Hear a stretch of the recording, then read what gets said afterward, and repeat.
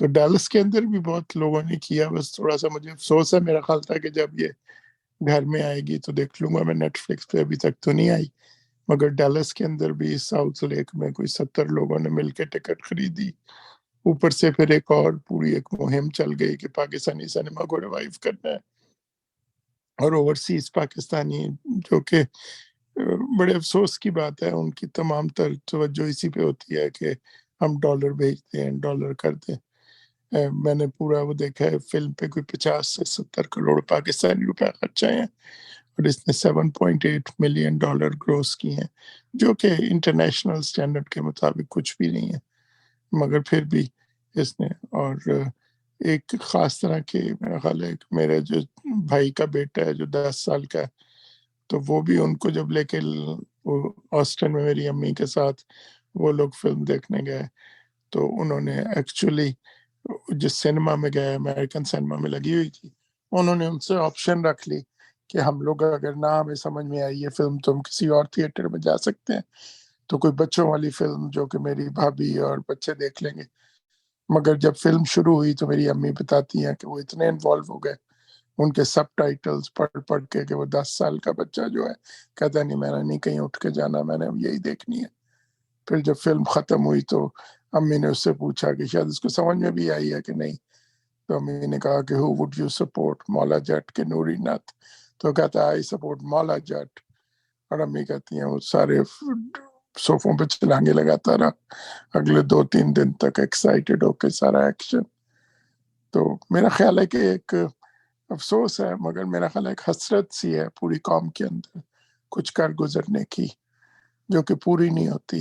تو وہ پھر, اور یہ 1-2 سالوں کا کہانی نہیں ہے, یہ 100 سالوں کا قصہ ہے, 100 سالوں سے بھی زیادہ کا قصہ ہے, جہاں لوگوں کا دل کرتا ہے کہ وہ کچھ کر دیں, کچھ کر کے دکھا دیں, مگر پورا نہیں ہوتا. اگر آپ دیکھیں تو داستانوں میں بھی یہی تھا کہ ہم لوگ ایک سپر ہیومن کریکٹر, ہیرو جو کہ لڑ جائے, اور ان ایک طرح سے تو ایک ذہنی تشنگی ہے جو کہ بہت زیادہ ہے, جو کہ ایک طرح سے مجھے تھوڑا سا مایوسی کر دیتی ہے جب میں دیکھتا ہوں کہ اتنی زیادہ ذہنی تشنگی ہے ہمارے لیے کہ ہم لوگ سپر ہیرو بن جائیں, کچھ کر کے دکھا دیں, باطل سے ٹکرا جائیں. اور وہی جو سپر ہیومن وہی چیزیں جو ہیں یا ہماری کمیونٹی میں ڈیلس میں بھی ہیں. میرا خیال ہے اس کے اگر عوامل پہ غور کیا جائے, دیکھا جائے تو شاید بہتر ہو, مگر یہ ہر سوسائٹی کے اندر ہوتا ہے, انڈر ڈاگس جو ہوتے ہیں ان کو پروموٹ کیا جاتا ہے. تو مگر یہ کہ یہ خود کسی نے حوصلہ کیا ہے اور پاکستان میں کسی نے اچھی ایک فلم بنائی ہے, اور یہ میرا خیال ہے ضروری ہے, کیونکہ آج کل کی فلم میں یہ جو کمپیوٹرائز گرافک ڈیزائن آپ کو اتنے وہ ضرورت نہیں ہے جو پہلے پڑا کرتی تھی. تو اگر جس طرح پاکستان میں کمپیوٹر کا بہت ٹیلنٹ ہے تو لوکلی میرا خیال ہے ہوم گرون چیزیں بنائی جا سکتی ہیں.